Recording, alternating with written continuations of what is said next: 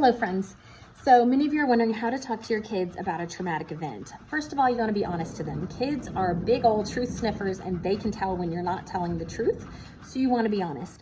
However, you can be honest with discretion, right? They don't need to know gory details. They don't need to know, anything like that that could actually be traumatizing for them. They just need to know the basics of the truth. Second, you want to avoid figurative language.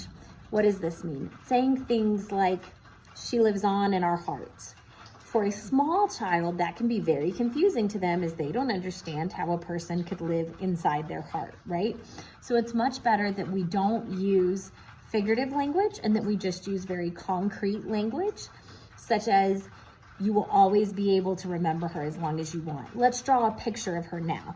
Having kids do activities to help process their grief and to help process their understanding of things can be very, very helpful.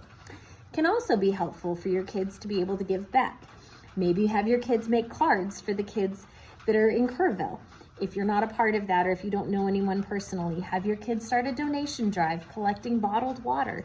Things like that can help children feel empowered, that they will be able to do something for the rest of their life in order to make a difference when good things go bad.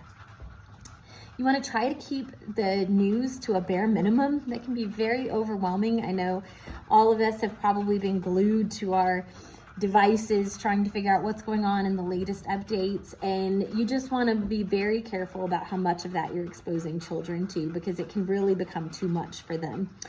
You want to include stories of rescue and hope.